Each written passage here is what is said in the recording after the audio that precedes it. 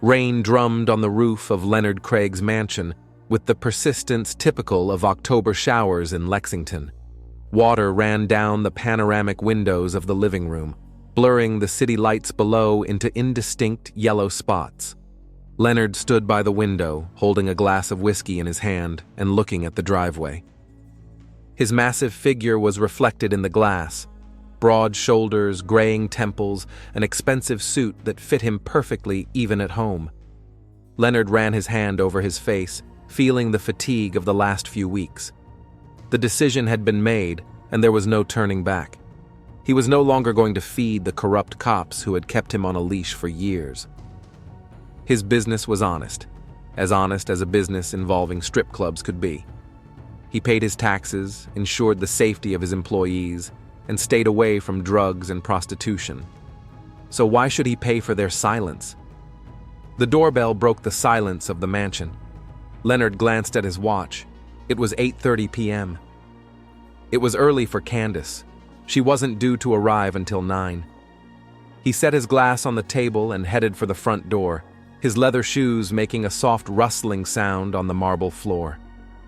Detective Damian Walker stood on the doorstep, his raincoat wet from the rain, his face expressing that particular tension that Leonard had learned to recognize over the years of their forced collaboration. Walker was a short man of about 39, with sharp features and eyes that always seemed slightly narrowed. His suit was cheap and ill-fitting. A typical police salary did not allow for luxury. "Evening, Leonard," Walker said, walking into the house without invitation. "We need to talk." Leonard closed the door and turned to face his uninvited guest. His stomach tightened. He knew why Walker had come, and he knew there was no avoiding this conversation. "Come into the living room," he said calmly. "Would you like something to drink?" "I wouldn't say no." Walker took off his raincoat and casually hung it on the back of an antique chair. His jacket was wrinkled and his tie was loose. "Whiskey would be fine. Something a little better than the crap I usually drink." They went into the spacious living room where a fire was burning in the fireplace, creating a cozy atmosphere that was completely at odds with the tension of the moment. Leonard poured whiskey into 2 heavy crystal glasses and handed one to the detective.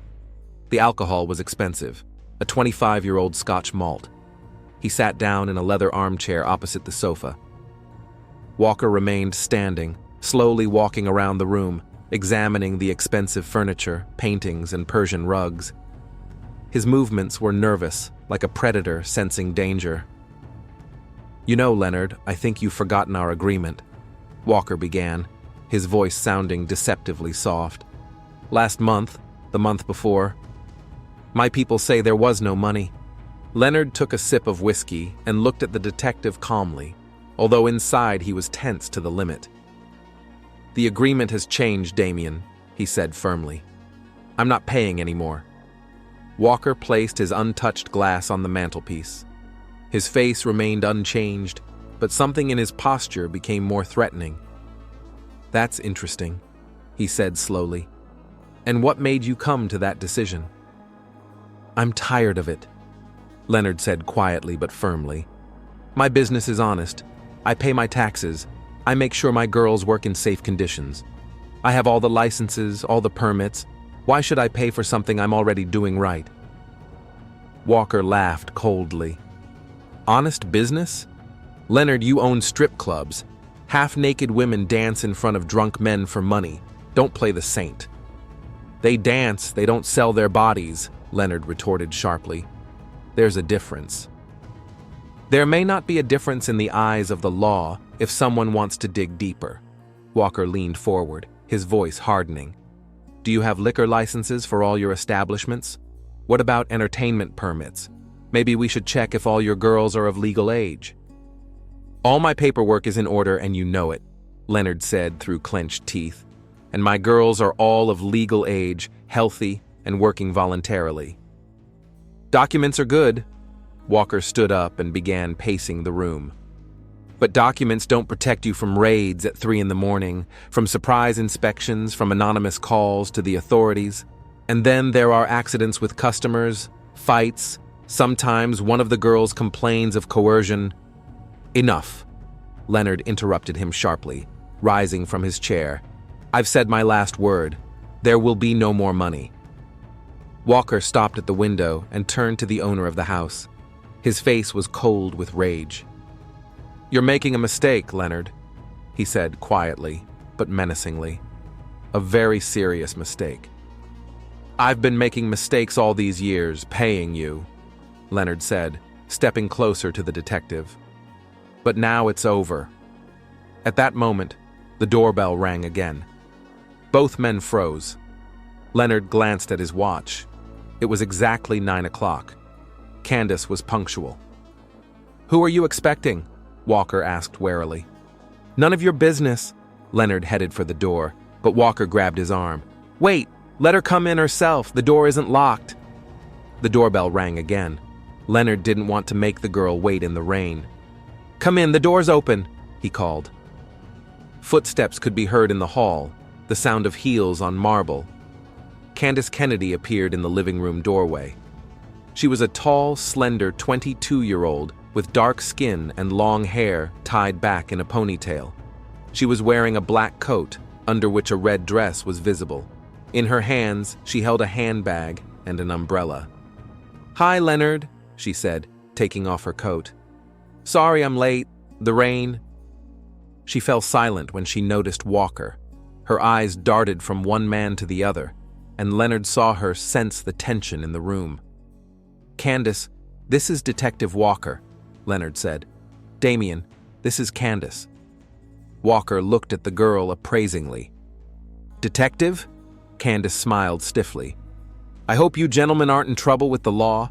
No trouble at all, Leonard said quickly. The detective is leaving now. But Walker sat down on the sofa and picked up his glass. I'm in no hurry, he said. Leonard and I still have things to do. Candace put her purse on the table and sat down in an armchair. She realized she was in an awkward situation. Maybe I should come back another time? She asked. No, Walker said before Leonard could answer.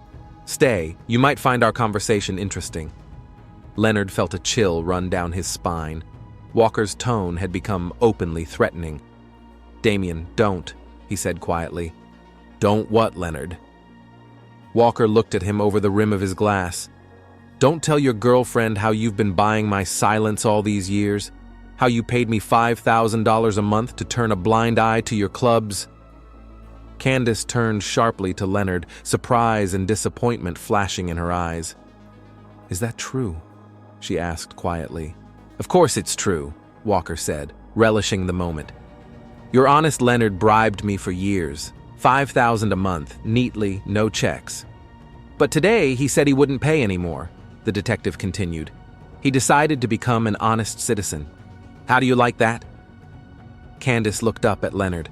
Her eyes were filled with conflicting emotions. Leonard, she said sadly. Is it true? He nodded, unable to lie. Yes, but I wanted to stop. I want to stop. You want to? Walker smirked. What will happen to your clubs when they start checking them every week? What will happen to your girls when they start questioning them about being forced to work? You know I don't force anyone, Leonard said harshly. My girls work voluntarily. I don't know. It doesn't matter anymore. Walker stood up and walked over to the fireplace. What matters is that you've decided to break our agreement. He took a gun out of his pocket, a black service Glock. Candace screamed and recoiled. Leonard instinctively stepped forward, shielding her. Damien, don't do anything stupid, he said calmly. Put the gun away. Stupid? Walker held the gun casually, but his finger was on the trigger. The stupid thing is thinking you can dictate terms to me. Please, Candace whispered. I didn't see anything. I didn't hear anything. Walker looked at her, and Leonard knew from his expression that the detective had made his decision. The problem is, dear, Walker said quietly, you've already heard too much. The shot rang out deafeningly in the living room. Candace collapsed into an armchair, her red dress becoming even redder with blood, her dark eyes slowly closing. No! Leonard cried and rushed to her, but a second shot stopped him. The bullet entered his chest, and he fell to his knees next to the chair. Walker calmly approached him. "Nothing personal, Leonard," he said indifferently. "Just business." The third shot echoed the first two. The morning sun was breaking through the gray clouds left over from yesterday's downpour when Detective Tiana Reeves parked her beat-up sedan at the gate of Leonard Craig's mansion. The asphalt was still glistening with moisture, and the air was filled with the fresh smell of rain mixed with the scent of wet leaves. Tiana took a tablet with documents and a cardboard cup of coffee, which had already cooled down during the drive, out of the car. At 35, Tiana Reeves was one of the most experienced detectives in the Lexington Homicide Division. A tall, slender woman with short hair and attentive brown eyes, she had earned a reputation as a meticulous and principled investigator. Her colleagues respected her for her professionalism, although some considered her too nitpicky about details. Tiana knew that it was often the details that revealed the truth. Craig's mansion stood on a hill among old oak trees, its light-colored walls and large windows creating an impression of openness and prosperity. But this morning, the house seemed gloomy and lifeless, despite the sun's rays trying to break through the foliage. Yellow tape cordoned off the area around the entrance, and a young patrolman stood guard at the gate, looking a little green after what he had seen inside. "Good morning, Officer Thompson," Tiana greeted him, showing her badge. "What do we have here?" "It's not a good morning, Detective Reeves," the patrolman replied, shaking his head. "Two people killed in the living room, a man and a woman. The call came in at 6 in the morning from the maid who comes to clean on Tuesdays."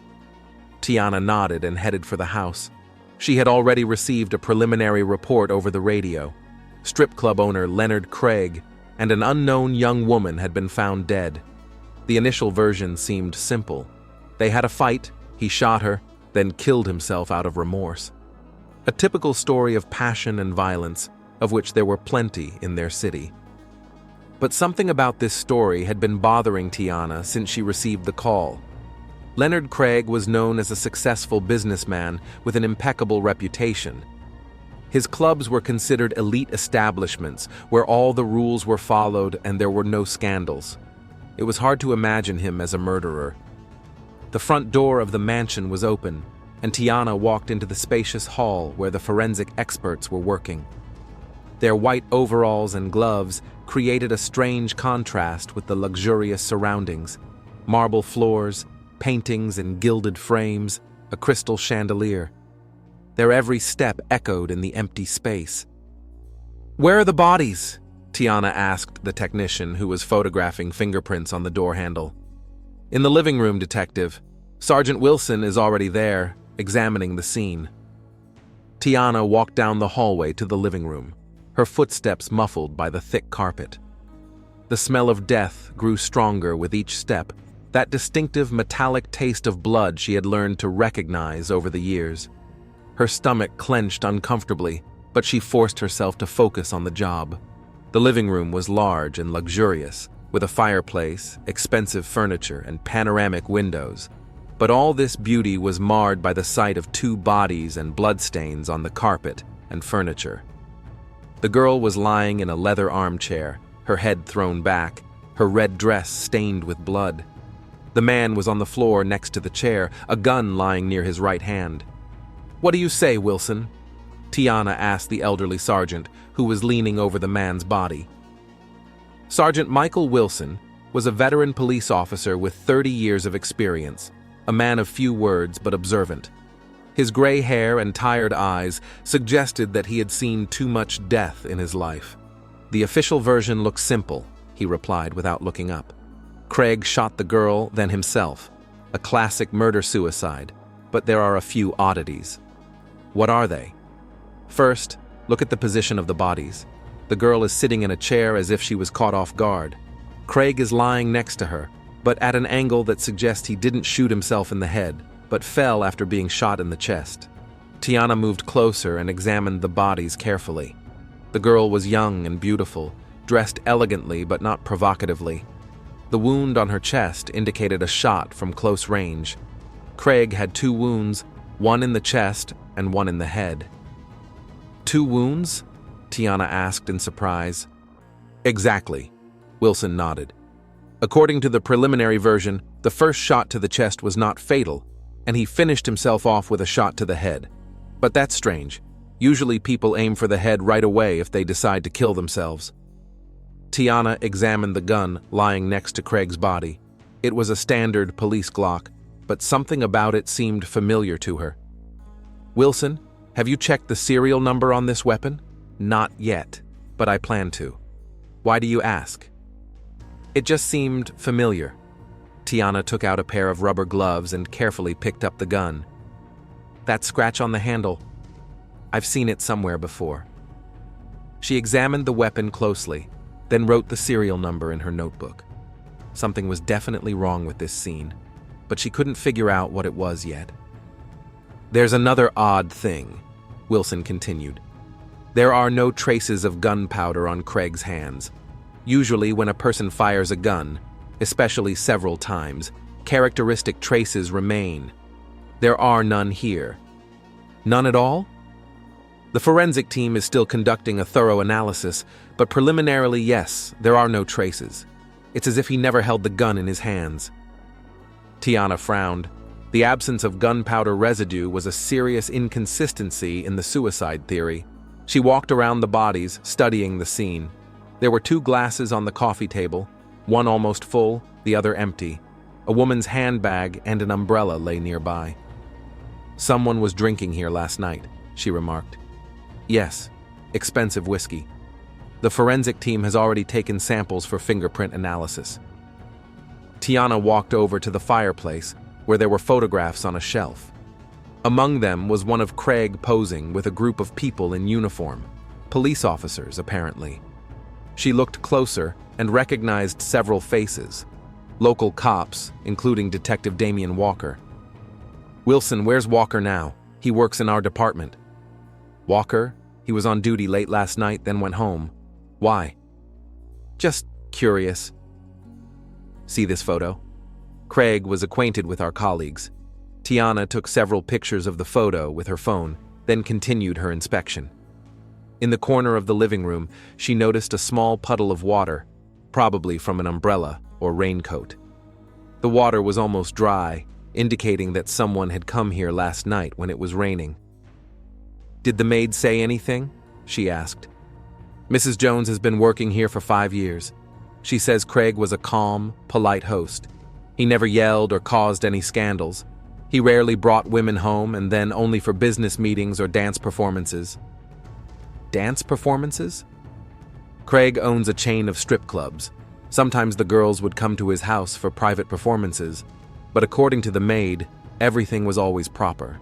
Tiana went to the window and looked at the driveway. The asphalt was wet, but there were no tire tracks other than those of their service vehicles. Either the rain had washed away all traces, or the cars were parked elsewhere. Where's the victim's car? The red convertible is parked near the garage. The keys were found in her purse. According to her documents, she is Candace Kennedy, 22 years old, working at one of Craig's clubs. So she came here for work? Most likely. A contract for a private performance signed by Craig was found in her purse. The meeting was scheduled for yesterday evening at 9 o'clock. Tiana wrote this information down in her notebook. Gradually, the picture became clearer, but the questions did not diminish. If Candace came for work, why would Craig kill her? And why go to such lengths to stage a suicide? She carefully examined the scene again, paying attention to the details. The position of the furniture, the arrangement of objects, the marks on the carpet. The detective's experienced eye noticed inconsistencies in the official version of events. Wilson, don't you find it strange that the girl is sitting so calmly in the chair? If they had had an argument, she would have tried to run away or defend herself. Maybe he caught her off guard. Possibly. But then why is he in that position? And where are the signs of a struggle? If a person is going to kill himself after a murder, he usually doesn't waste time cleaning up. The sergeant shrugged. To him, the case seemed clear enough. A rich man and a young woman, passion, jealousy, tragedy. He had seen many similar cases in his career. But Tiana felt that something was wrong here. There were too many inconsistencies, too convenient a version of events. Her experience told her that real suicides after murders looked different, more chaotic, more emotional. She took out her phone and dialed the morgue. "Dr. Patel, this is Detective Reeves. When can you perform the autopsies on the bodies from the Maple Street scene? I need accurate data on the time of death and the trajectory of the bullets." "Would this afternoon be okay?" replied the medical examiner. "Great. And one more request. Check the man's hands especially carefully for gunpowder residue. It's important." After finishing the call, Tiana walked around the living room again. Her attention was drawn to a small detail, a button lying on the floor near the sofa. It was small, dark, and apparently from a man's jacket. She carefully picked it up with tweezers and placed it in an evidence bag. "Wilson, did this button belong to one of our victims?" The sergeant came over and examined Craig's jacket. All the buttons were there. "He doesn't have it, and the girl's dress has no buttons." "So there was someone else here," Tiana said thoughtfully. "Someone who lost a button during, what, a struggle, or just in a hurry." The detective felt another picture of events beginning to form in her mind. Perhaps the murders of Candace and Craig were not the result of a personal quarrel at all. Perhaps a third person was involved, someone who had tried to stage a murder-suicide. But who could it be? And why would anyone want to kill a strip club owner and his employee? Tiana realized that she was in for a long and difficult investigation that could lead to unexpected discoveries.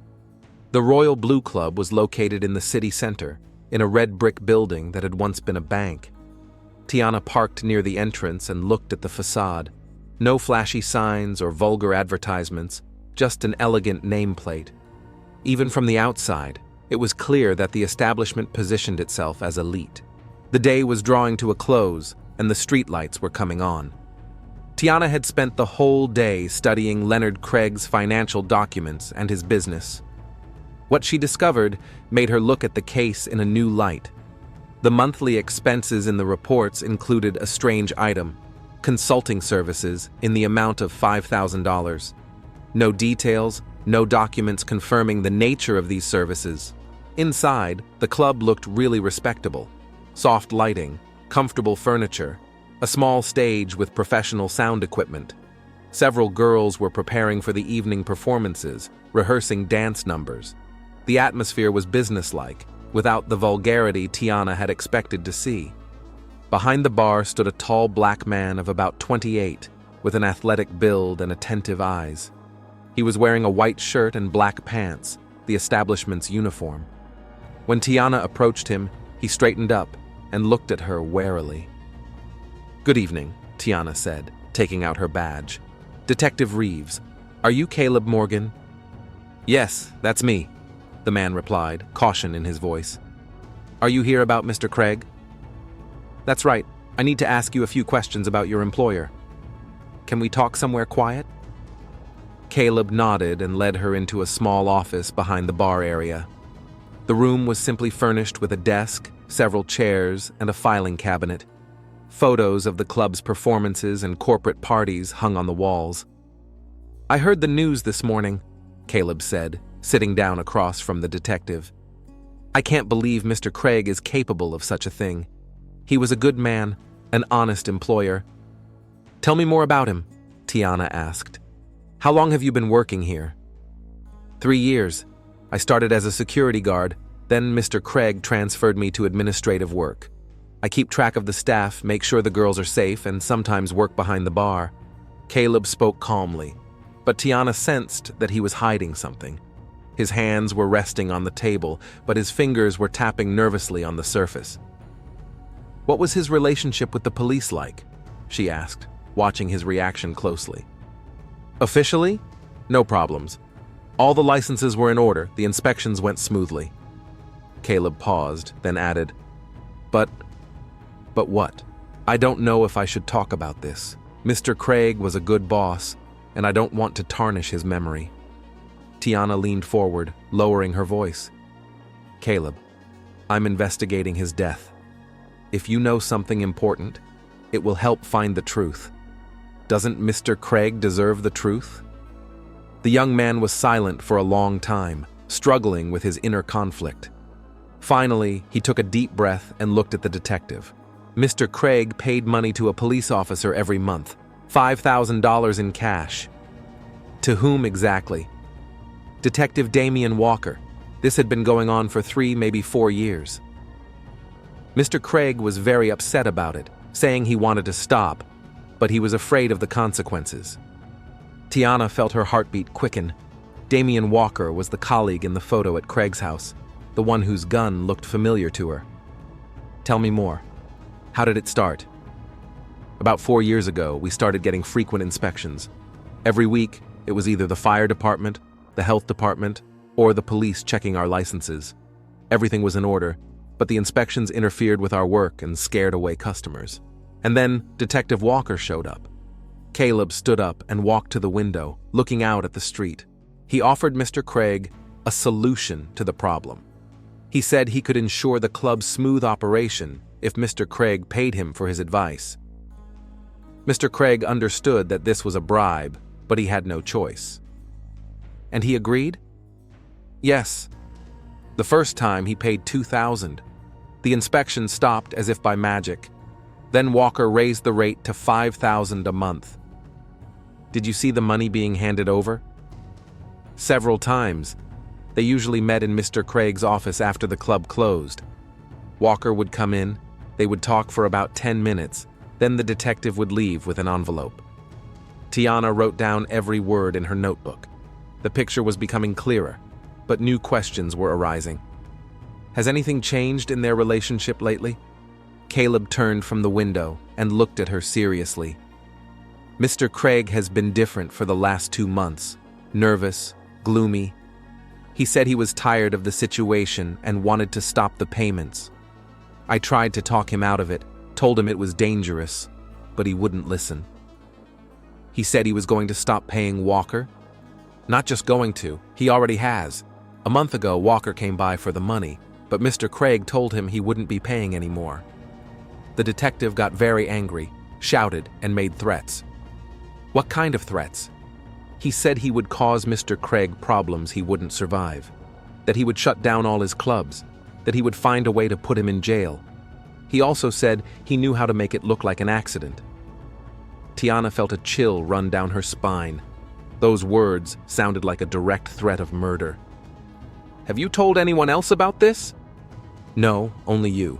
Mr. Craig asked me not to tell anyone. He was afraid that if the truth came out, he would be arrested for bribery. Did you see Mr. Craig last night? Yes, he came to the club around 6. He said he had a meeting with Candace at his house. A private performance for an important client. Did he seem worried? A little. But he's been tense lately. And Candace... Caleb paused and shook his head. She was a good girl, smart, ambitious. She dreamed of saving money and opening her own dance class. Did she know about Mr. Craig's problems with the police? I don't think so. Mr. Craig tried not to involve the girls in such matters. He protected them from any trouble. Tiana closed her notebook and stood up from her chair. The information she had received from Caleb radically changed the picture of the incident. Now she had a motive for the murder and a suspect. Caleb, this is very important information. You may have to give official testimony. I'm ready, the young man said firmly. Mr. Craig was an honest man who got into a bad situation. If someone killed him, that person must be held accountable. One more question. Did Detective Walker have any distinctive physical characteristics? Did he lose anything during your meetings? Caleb thought for a moment. He always wore an old jacket, dark gray, worn out. I remember once he caught it on a doorknob and tore off a button. He cursed and searched for it on the floor. When was that? About 2 weeks ago. Maybe a little less. Tiana remembered the dark button found at the crime scene. Another piece of the puzzle fell into place. Leaving the club, Tiana got into her car and took out her phone. She needed to check Damian Walker's alibi for last night. Officially, he had finished his shift at 8 p.m., but what had he done after that? She dialed the number for the duty officer. This is Detective Reeves. I need information about Detective Walker's movements last night after his shift ended." "One moment, Detective," replied the officer on duty. "According to our records, Detective Walker returned his patrol car at 8:30 and then left the station. What about his personal vehicle? Do you have any information about where he went after that?" "No, but I can check the surveillance cameras near the station." "Please do that. And also check when he came to work today." A few minutes later, the officer called back. "Detective Reeves, I have some interesting information. Detective Walker didn't show up for work today. He called in this morning and said he wasn't feeling well." "What do the cameras show?" "Yesterday at 8:45, he left the parking lot in his car and headed for the suburbs. The cameras didn't record him after that." Tiana put down the phone and started the car. It was time to pay Detective Walker a visit and find out where he had spent yesterday evening and why he hadn't come to work today. Damian Walker lived in a small house on the outskirts of Lexington, in a neighborhood where mostly police officers and firefighters with average incomes lived. Tiana drove slowly down his street, studying the surroundings. The houses here were close together, with small yards and old trees. It was a typical working-class neighborhood without any pretensions to luxury. But Walker's house stood out from the neighboring buildings. It had a new roof, fresh paint, a well-kept lawn, and an expensive car in the driveway. For a detective with an average salary, it looked too good. Tiana parked across the street and watched the house for a while, planning her approach. She knew she didn't have enough direct evidence to make an arrest yet. Caleb's testimony about the bribes, the button she found, the lack of gunpowder residue on Craig's hands, all of this was only circumstantial evidence. She needed to get Walker to talk or find more substantial evidence. It was getting dark, and lights were coming on in the windows of the houses. Tiana could see the TV on in Walker's living room, but the owner himself was nowhere to be seen. She decided to wait a little longer, watching the house and thinking about her strategy for the upcoming conversation. Half an hour later, Walker came out of the house. He was dressed in casual clothes, jeans, and a sweater, and was carrying a bag of trash. Tiana noticed that he looked nervous, frequently glancing around. His movements were sharp and hurried, like someone who was afraid of something. When Walker returned to the house, Tiana got out of the car and headed for the front door. Her heart was beating faster than usual. She knew that this was the decisive moment in the investigation. The outcome of this conversation would determine whether the case could be solved. She rang the doorbell and heard footsteps inside. The door opened, and Damian Walker appeared on the threshold. At the sight of his colleague, his face momentarily contorted with surprise, but he quickly regained his composure. "Tiana," he said with a forced smile, "what are you doing here?" "I'm sick." "That's why I came," Tiana replied calmly. "I wanted to see how you were feeling, and discuss something at the same time." "What is it?" "The murders of Leonard Craig and Candace Kennedy. May I come in?" Walker hesitated, clearly considering whether to let her into the house, but refusing would look suspicious. "Of course, come in," he said, stepping aside. "Just excuse the mess. I'm really not feeling well." Tiana entered the house and immediately noticed several details that seemed strange to her. There was a wet umbrella in the hallway, even though it hadn't rained today. Yesterday's newspaper lay on the floor, folded as if it had just been delivered. And there was a faint smell of gunpowder in the air. "Come into the living room," Walker suggested, leading her down the hall. "Would you like some coffee or something?" "No, thank you."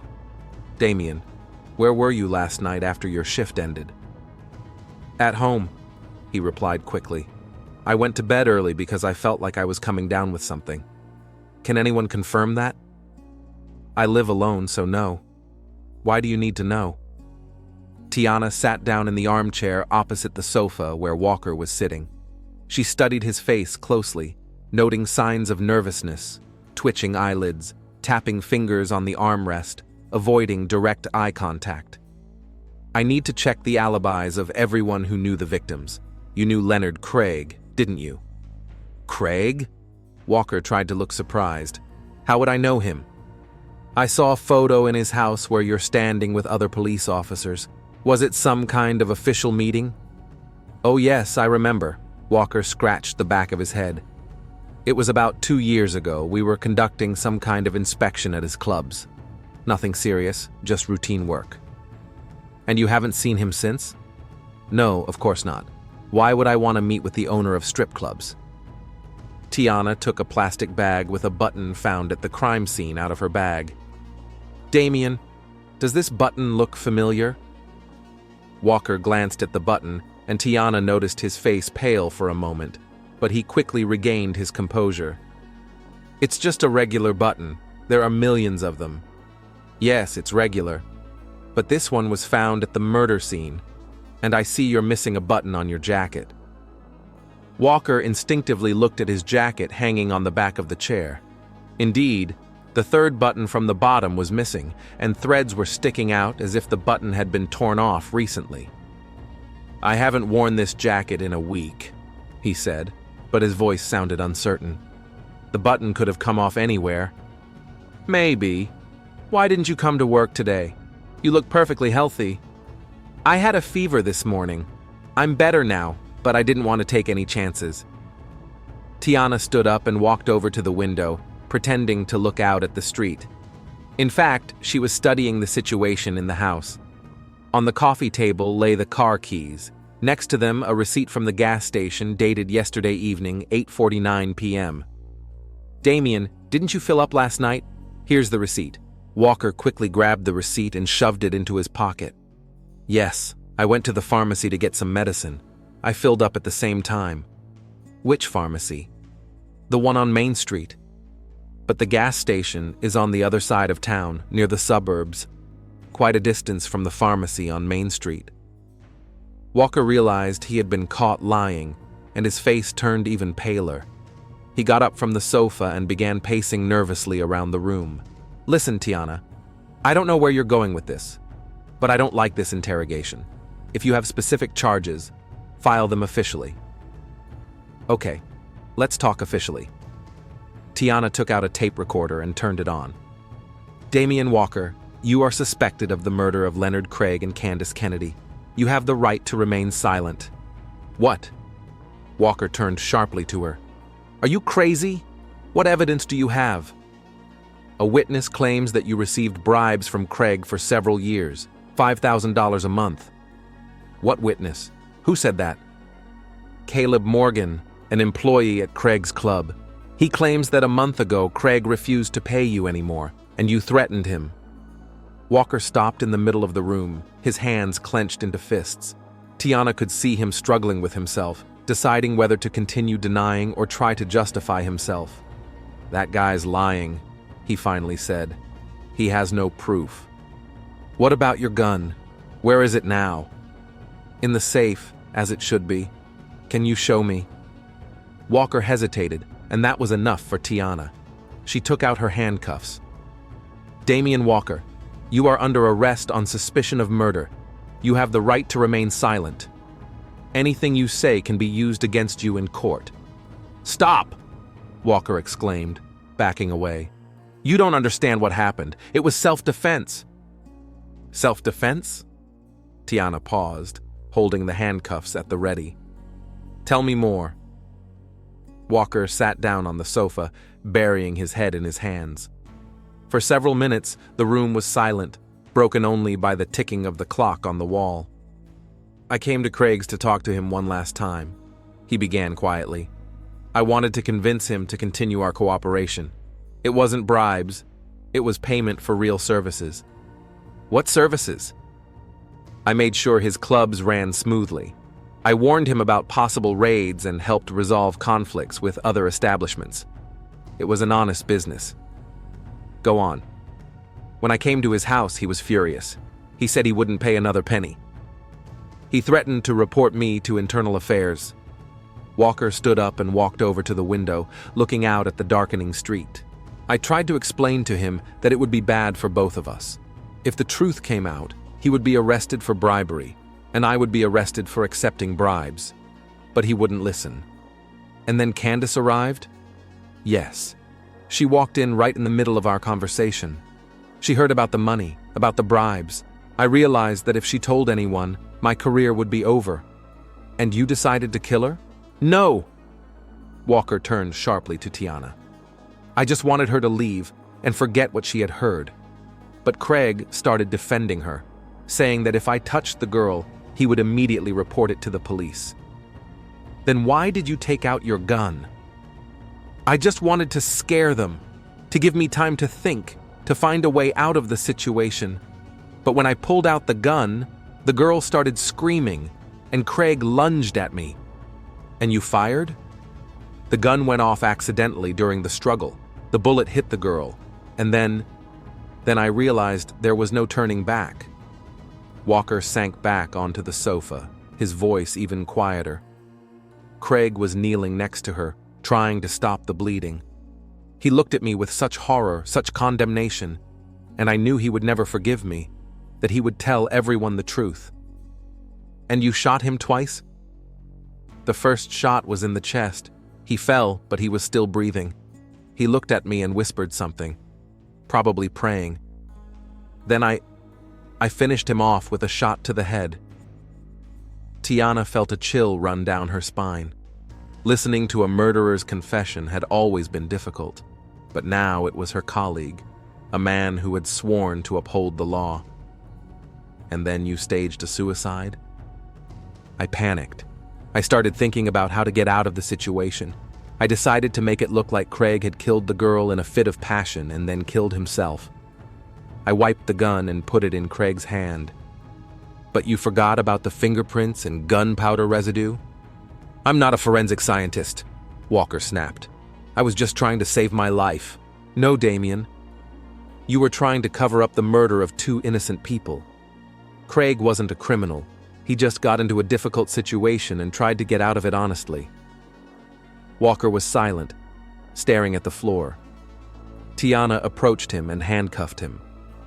And the girl wasn't guilty of anything, she added. Candace just came to work and became an accidental victim of your greed. I didn't want to kill anyone, Walker whispered. It was an accident. Maybe the first shot was accidental, but the rest weren't. You deliberately killed Craig and tried to cover up the crime. Tiana called for backup and forensic experts to search Walker's house. His service pistol was indeed missing from his safe, confirming the theory that it was the weapon used in the murder. While they waited for their colleagues to arrive, Walker sat handcuffed on the sofa, staring into space. Occasionally he muttered something under his breath, but Tiana couldn't make out the words. You know what's the saddest part of this story? She said, looking at her former colleague. Craig really wanted to change his life for the better, and Candace dreamed of opening a dance school. They had plans, hopes, and you killed them for money. It wasn't just money, Walker replied quietly. It was my life, my house, my car, the chance to feel like a human being. You can't buy much on a cop's salary. Many cops live on their salaries and don't become murderers. That's easy to say when you don't have loans and debts. Everyone has a choice, Damien. You chose money over honor, and then you chose murder over responsibility. Reinforcements arrived, and Tiana handed the arrested man over to her colleagues. Walker's house was sealed off for a detailed search. In his garage, forensic experts found clothes with traces of blood that he hadn't had time to destroy. Late in the evening, Tiana returned to the station to file all the paperwork for the case. She felt tired, but also satisfied with the work she had done. Justice had prevailed. The killer had been caught and had confessed. But a bitter feeling remained in her heart. 2 people had died because of the greed and cowardice of those who were supposed to protect the law. Leonard Craig and Candace Kennedy would never see the dawn again, never fulfill their plans, never experience the joys of life. The truth had been restored, but the price of that truth had been too high.